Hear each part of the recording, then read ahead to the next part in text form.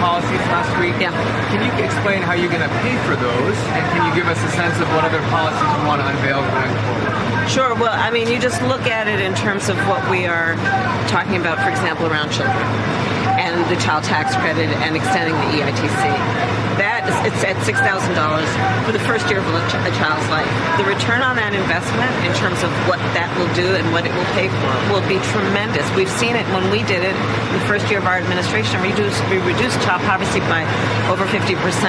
So that's a lot of the work. And then what we're doing in terms of the tax credits, we know that there's a great return on that investment. And when we increase home ownership in America, what that means in terms of increasing the tax base, not to mention property tax base, what that does to fund schools, again, return on investment. I think it's a mistake for any person who talks about public policy to not critically evaluate how you measure the return on investment. When you are strengthening neighborhoods, strengthening communities, and in particular the economy of those communities, and investing in a broad-based economy, everybody benefits, and it pays for itself. There were the naysayers, and they said, of course, well, how are you going to pay for that? You know, that's what I heard.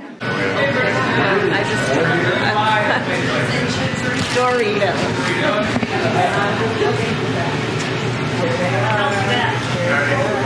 Huh? Ah, Dougie, there they are. Yeah. Thank you. I know you want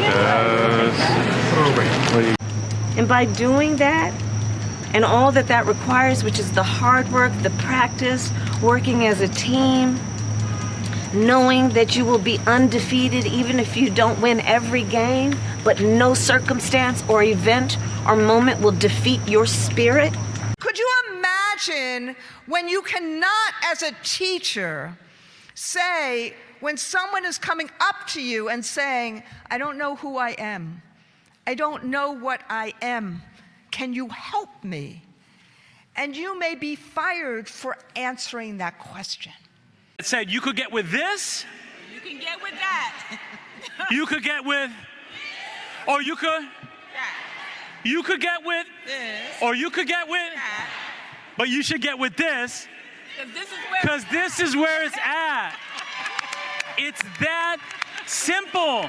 And one of the more craven attacks on Governor Walz, my friend Tim, the outrageous Tampon Tim slur, that shows, I know we chuckle, but that just shows that when it comes to defending trans students, he is playing for keeps. And I mean, to take that kind of a platform and go to bat for trans students in the way that Tim Walz did is truly remarkable and exemplary. But she looked, and there was a small group of folks who obviously weren't with us. You can always tell by their hats. You know, they let us know. Always tell by individual thinkers, you know, couldn't tell. But